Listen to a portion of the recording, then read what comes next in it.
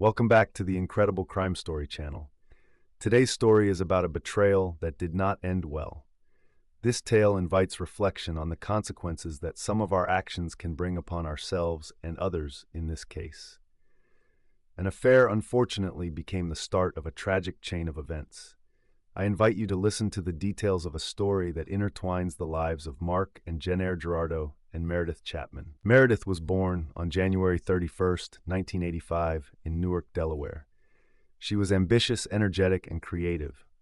Not only did she graduate from the University of Delaware, but she later became the director of the marketing department there and a lecturer.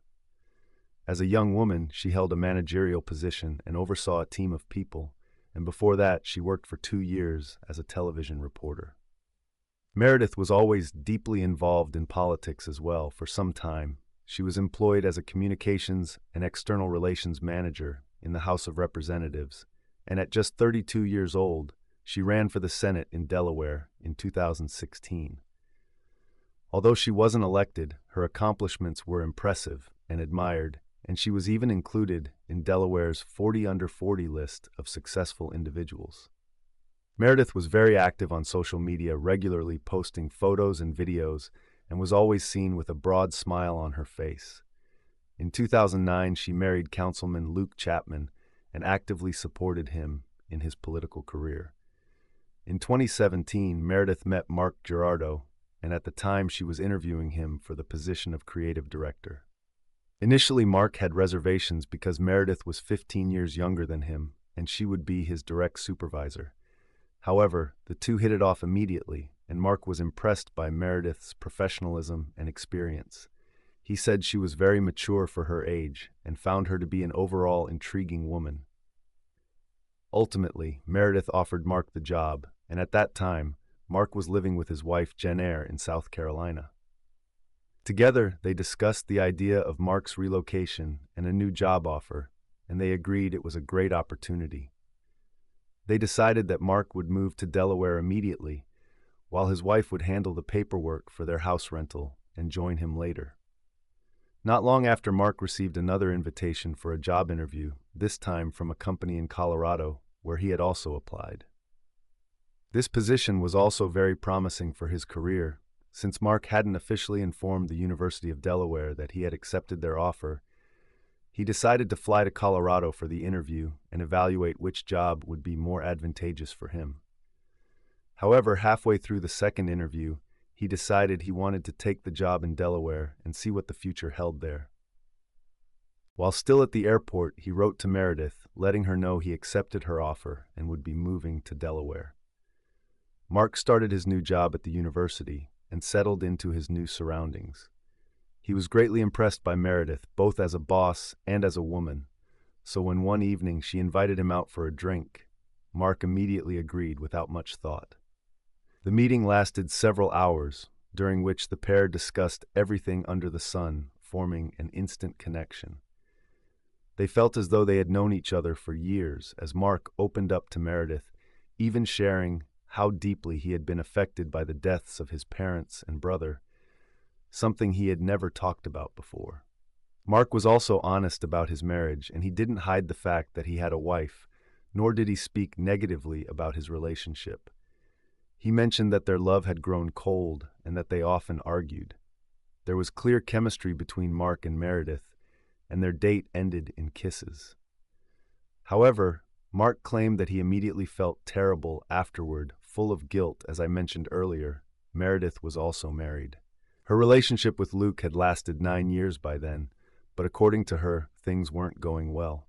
For some time, they had stayed together only for appearances, and meanwhile the bond between Mark and Meredith grew stronger with each passing day.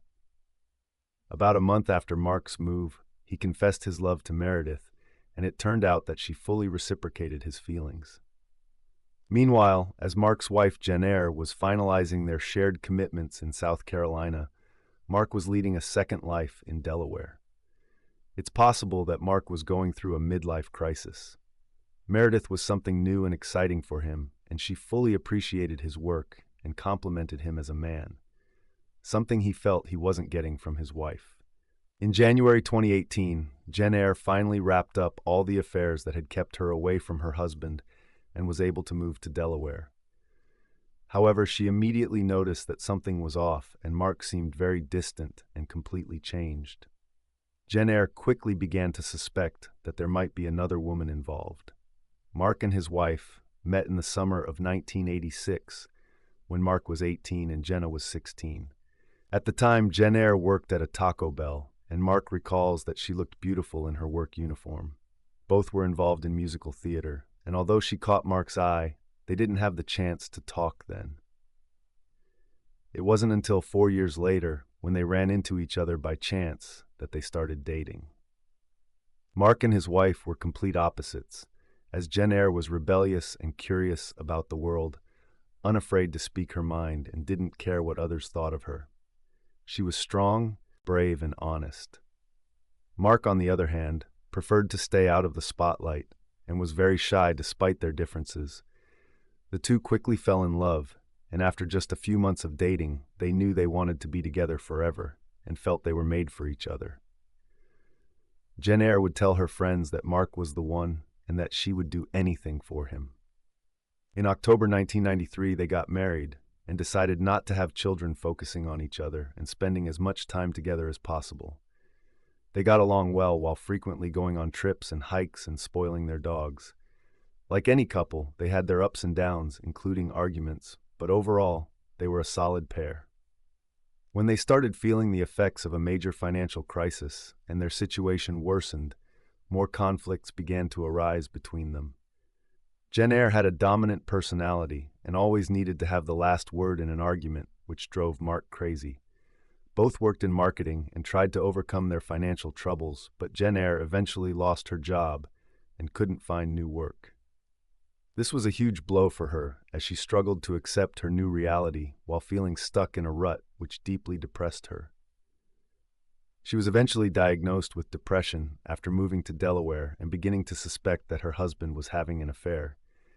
Jen Eyre asked him directly if something was going on with Meredith. Mark often mentioned his boss, and Jen Eyre was aware that Meredith was beautiful and much younger than Mark. However, he denied everything, insisting that his relationship with Meredith was purely professional. Although his wife accepted his explanation deep down, she knew that Mark wasn't telling her the full truth. Determined to catch him in the AC, she hired a company to hack his phone and grant her access to his texts, calls, and photos. Jen Eyre also obtained recordings of conversations Mark had with Meredith on Valentine's Day, February 14th. She confronted her husband, revealing that she knew everything.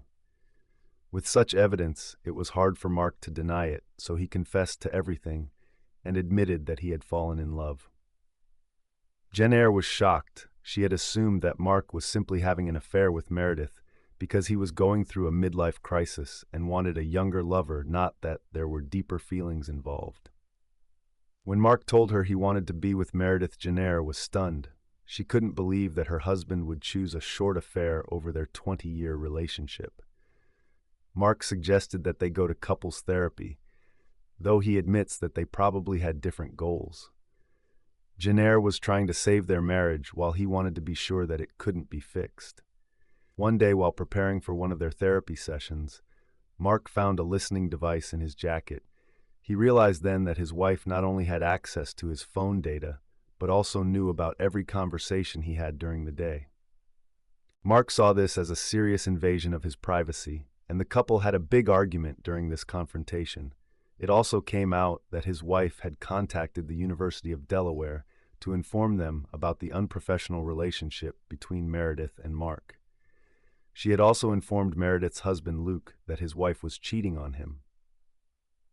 Despite the tense situation, things were temporarily calmed down, and Jen Eyre promised to stop spying on Mark, and he agreed to go to another therapy session, though it seemed he was already set on ending the marriage.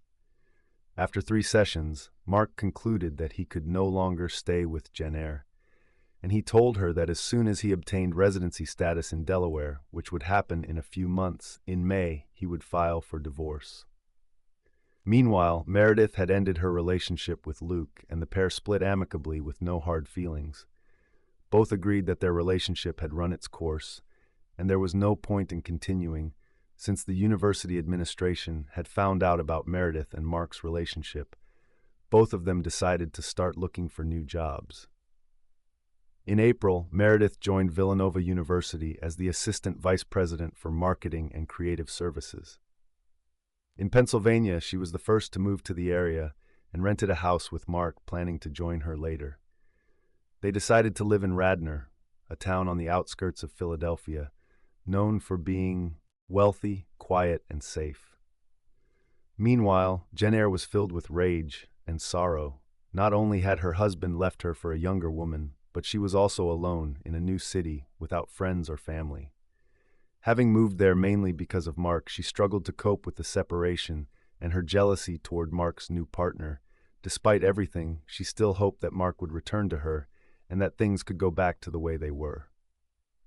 Jen Eyre told Mark that she would sign the divorce papers only if he continued living with her and spending time together until May. This included going on walks or having dinner with her. Although this arrangement seemed strange, Mark agreed, and for a while they got along reasonably well. However, one evening Mark found another listening device in his jacket. This discovery infuriated him, as his wife had promised to stop eavesdropping on his conversations. The incident led to a massive argument, during which Mark in anger broke a table and said hurtful things to her. As a result, Jenner nearly jumped from the 7th floor, and at this point, Mark became genuinely concerned about his wife's state and suggested she seek professional help. Jen Eyre followed his advice and began seeing a psychiatrist regularly. Over time, Mark believed that she was gradually accepting that their relationship was over and that divorce was inevitable. He thought that they could part on amicable terms, and on April 23, 2018, Meredith posted a photo on Instagram standing in front of Villanova University. The caption indicated that she was excited about this new chapter in her life and where she was. On the same day, Mark was supposed to meet his wife at a restaurant to discuss the final details of their divorce. He arrived first, but she texted him saying she was late because she had taken the wrong route 10 minutes later. She sent another message telling him she wasn't coming and to go home. Then his wife sent Mark a photo of trash, including a used condom. Mark immediately knew what the photo meant. She had gone to Meredith's house and rifled through her trash. He received 3 more messages from his wife where she told him he had ruined her life and that she hoped he would never find happiness again. In the last message, she wrote, "Goodbye." Mark panicked and tried to reach Meredith, but she didn't respond, and he feared that his wife had confronted Meredith and that Meredith wasn't replying because she was angry. Mark decided to drive to Meredith's house. When he arrived and looked through the window, he saw Meredith lying face down on the kitchen floor. Mark rushed inside and saw blood on her leg. Meredith wasn't moving, and she appeared to not be breathing. Mark was in shock and ran out of the house in panic. A neighbor, alarmed by Mark's behavior, had entered the house to see what was going on, and he saw what Mark had seen, a woman lying on the floor. The neighbor also noticed that Meredith still had her keys in her hand, indicating she had been attacked immediately after entering the house. He checked for a pulse, but couldn't find one. Meredith was already dead, and Mark, still in a daze, went back inside and discovered another person lying in the living room, dressed entirely in black. After a moment, he realized he was looking at his wife Jen Eyre's body. Initially, the police couldn't locate the weapon, so they considered the possibility that a third party had attacked both women. Mark, of course, became the primary suspect, especially since he was behaving strangely, yelling at the officers, and being unusually hostile. However, when they finally began moving the bodies, investigators found the gun beneath Jen Eyre, and it had been fired twice. Mark was taken in for questioning, where he recounted the entire story to the police, showing them the messages his wife had sent him while he waited for her at the restaurant. Everything began to fall into place. During the investigation, police determined that Jen Eyre had headed toward Radnor in the early afternoon, and by 2:20 p.m., she had stopped at a gas station near Meredith's house. After going through Meredith's trash, she hid inside the house, waiting for Meredith to return from work. Meredith likely arrived between 5 and 6 p.m., at which point Jen Eyre shot her after sending Mark the 3 messages, including the final goodbye. Jen Eyre took her own life, and the police also found a rented car parked near Meredith's home, which Jen Eyre had used that day. 2 women found shot in the head in 1. This Radnor Township home. Police say appears to be the result of a love affair with a tragic end. This was a calculated, planned attack, and one of the victims is 33-year-old Meredith Chapman, a former candidate for state senate in Delaware, and a recently hired Villanova assistant vice president. Sometime after 5 yesterday, Chapman walked into her Lowry's Lane home. Police say she was walking into trap as Chapman's alleged lover's wife had broken into the home and was waiting inside with a gun. There were emails and text messages indicating what she planned to do. The wife, Jen Eyre Gerardo of Delaware, killed herself after killing Chapman, and before her husband arrived at the home and discovered both of their bodies. In the car, a pair of binoculars, ammunition, gloves, and earplugs were found. It turned out that Jenner had rented the vehicle 10 days earlier. A neighbor also reported seeing a woman 2 days before the incident lurking near Meredith's house and observing it through binoculars. Mark was devastated as he discovered that Jen Eyre had been planning everything for some time. He found bank statements, phone bills, and her search history on the computer. After checking his wardrobe, he realized that all his jackets and coats had listening devices sewn into them. Jen Eyre had been regularly retrieving data from these devices, reinstalling them, and sewing them back into his clothing. Later, she would listen to the recordings and transcribe all the conversations between Mark and his lover into a notebook. 12 notebooks were found containing transcriptions of their conversations. Jen Eyre had even opened a separate bank account to exclusively purchase items used to track Mark's every move. She bought, among other things, a lock-picking kit, which she likely used to break into her husband's office, spy software installed on all his computers, and even a DNA testing kit to collect samples from his clothing. She also installed GPS trackers in both her husband's car and Meredith's, tracking their locations. For weeks, she named the device in Mark's car Lying Jerk, and called Meredith's tracker by a vulgar insult, of course. Jen Eyre had access to her husband's phone, and she downloaded thousands of messages the couple had exchanged on Snapchat as early as March 20th. She purchased a gun and visited a shooting range several times, likely for practice. The last time she was at the range was just hours before the incident. Mark found a letter at home written by his wife a few weeks before the planned crime. In the letter, Jen Eyre wrote about how much she enjoyed being a wife and life partner, that she found fulfillment in caring for her family, but there was also a passage stating that Mark and Meredith couldn't get away with what they had done, that she wanted justice and deserved respect, and she expressed that she needed control and had to take matters into her own hands. In February, Jen Eyre had used the Nextdoor app, first asking the local community for a recommendation for a good divorce attorney. A month later, she asked for a recommendation for marriage therapy specialists. Police later spoke with her psychiatrist, asking if she had noticed any alarming signs in her behavior. Interestingly, the specialist said no and claimed she had appeared to be coming to terms with the divorce.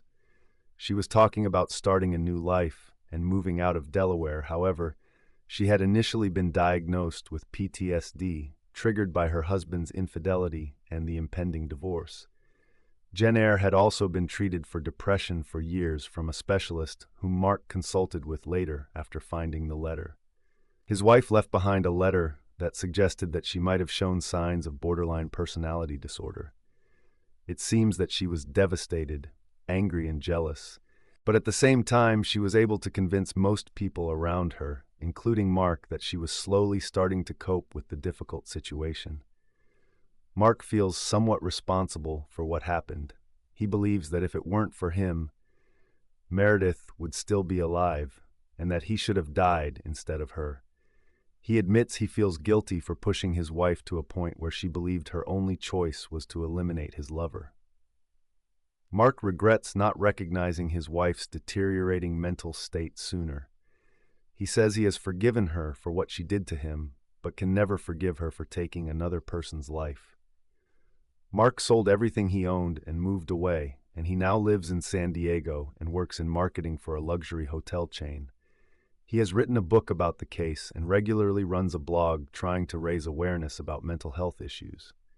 However, his work has received mixed reactions, and the case has sparked significant media attention in online discussions.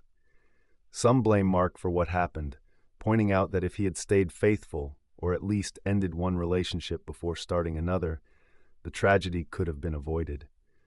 Others argue that Meredith brought it upon herself by pursuing a married man and breaking up a long-term relationship. Some believe Jen Eyre is solely responsible, while others feel she was provoked. Mental health issues and the effects of traumatic events on human behavior have also become key topics of discussion. Many highlight that Meredith's husband was also betrayed, yet he handled the situation with grace. Emotions run high in this case, and the fact remains that two women lost their lives. At the time of their deaths, Jen Eyre was 47 years old and Meredith was 33. What are your thoughts on this case? Feel free to share in the comments, and thank you for listening. Until next time and the next story.